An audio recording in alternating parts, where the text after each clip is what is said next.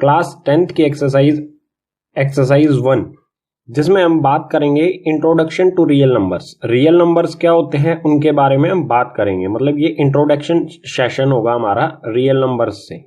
ठीक है, तो सबसे पहले रियल नंबर्स होते क्या हैं? Real number is the value that represents on a number line. ठीक है, तो रियल नंबर्स वो नंबर्स होते हैं जिसे हम किसी नंबर लाइन पर रिप्रेजेंट कर सकते हैं। नंबर लाइन क्या होती है हमारी? नंबर लाइन होती है कुछ इस तरह से 0 1 2 3 एंड सो ऑन। इसी तरह से -1 -2 -3 सो ऑन। मतलब एक नंबर लाइन होती है जिसमें हमारी मिडल वैल्यू होती है 0, और इस तरफ भी हम आगे तक जा सकते हैं इंफिनिटी तक, और इस तरफ भी जहां तक हमें पता है। तो वो सब होते हैं, इसको जो भी नंबर हम लाइन पर रिप्रेजेंट कर सकते हैं वो सभी क्या होंगे? Real number. तो यहाँ पर 0 भी रियल नंबर है, 1 2 3 या फिर -1 -2 -3 या और भी जो नंबर्स आएंगे इस साइड में, और जो भी नंबर्स इस साइड में आएंगे वो सभी क्या होंगे? Real numbers. इनको डिनोट किया जाता है सिंबल R से। ठीक है, तो ये अलग अलग बुक में अलग अलग हो सकता है। इसको R से डिनोट किया जाता है रियल नंबर को। और रियल नंबर सिर्फ ऐसे ही नंबर नहीं होते कि सिर्फ 1 2 3 वगैरह हो गए।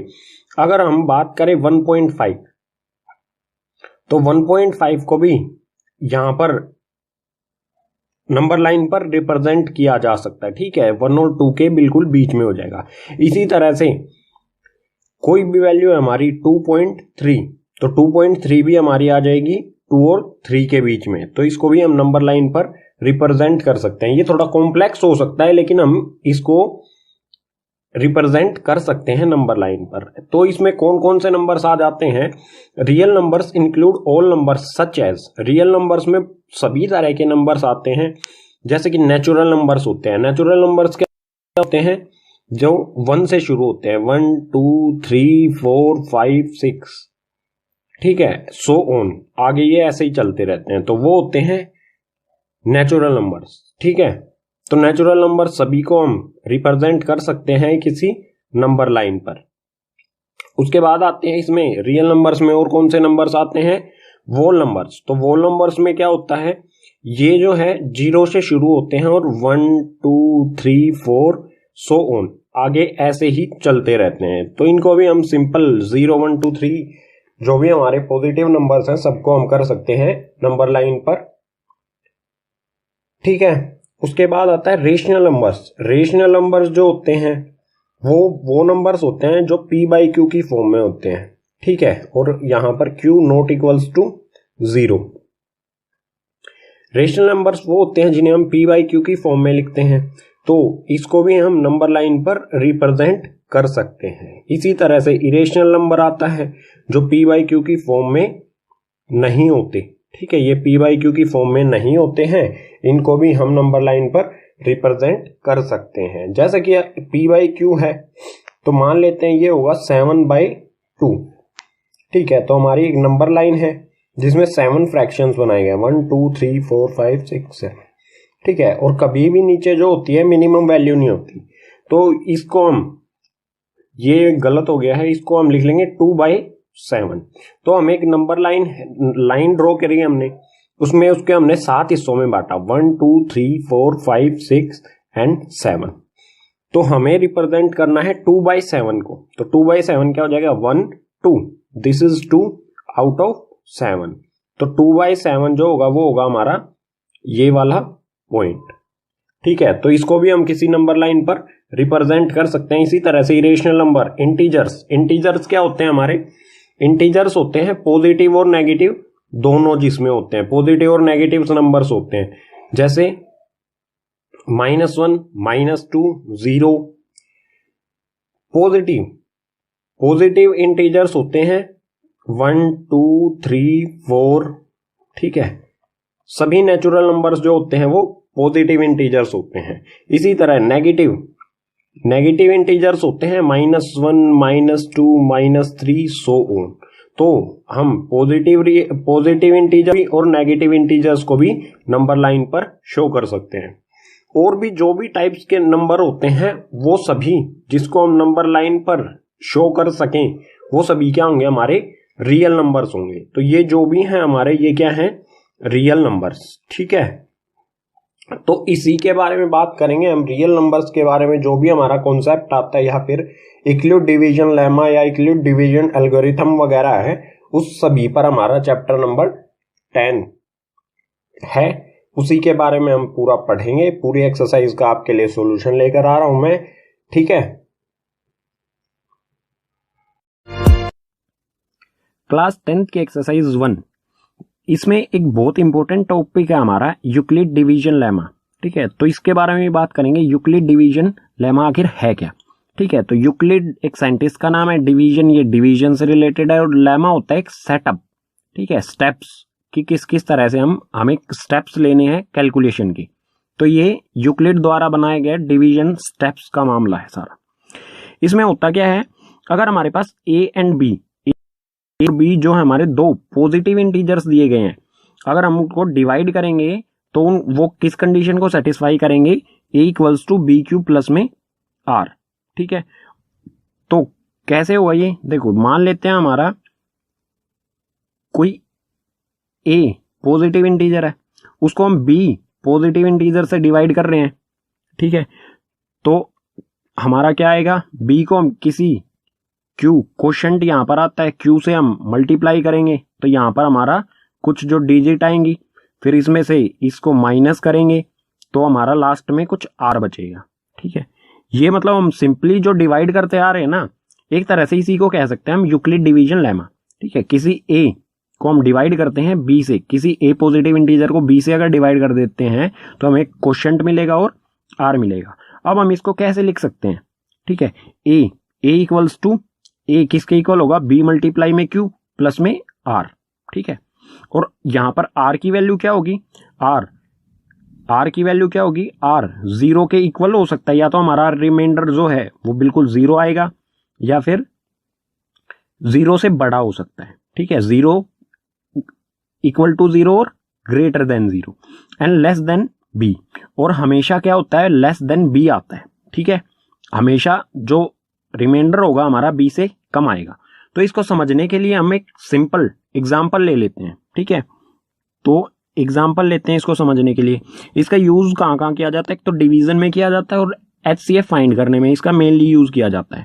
ठीक है, और भी कई जगह कैलकुलेशंस में इसका यूज किया जाता है, लेकिन मेनली हम जहां पर यूज करेंगे एक तो डिवीजन में और एक HCF में। तो एग्जांपल ले लेते हैं, जैसे हम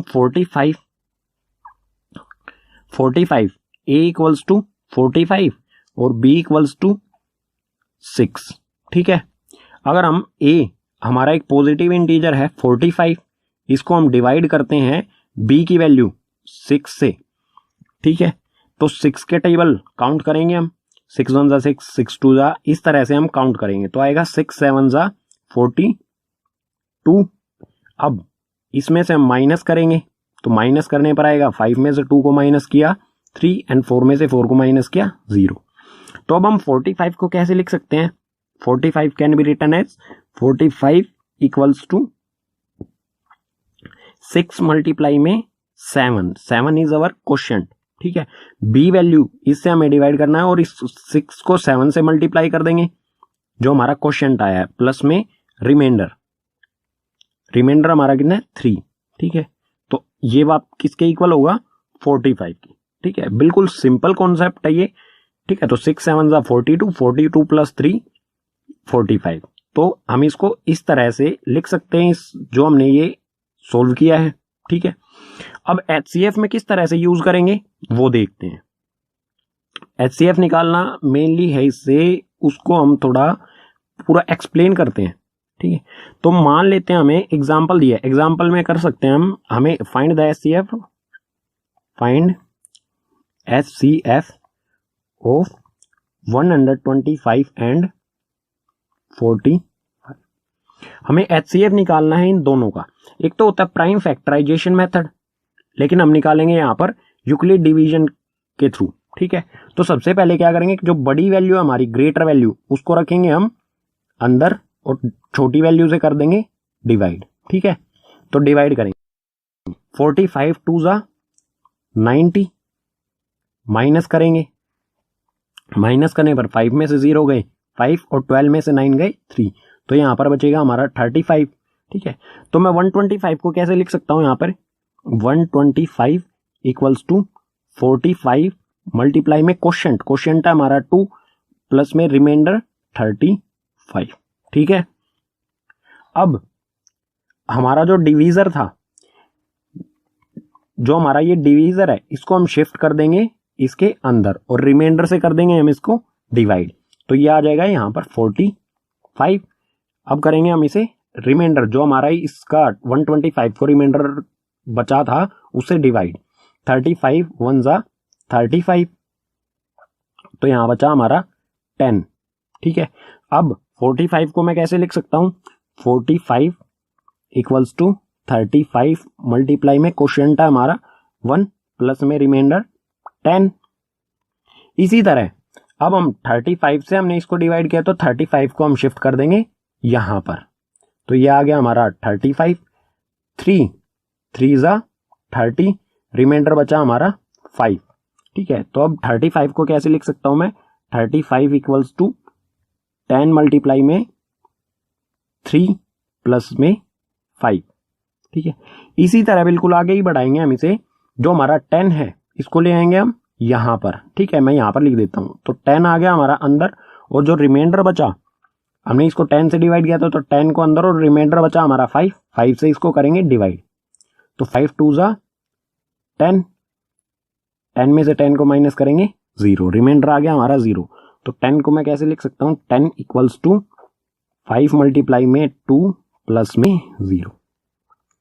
अब HCF कैसे फाइंड करेंगे, तो HCF फाइंड करने का जो तरीका है, जो लास्ट स्टेप होगा हमारा, फर्स्ट स्टेप ये था, ठीक है, सेकंड स्टेप ये, थर्ड स्टेप ये, और फोर्थ स्टेप हमारा लास्ट स्टेप।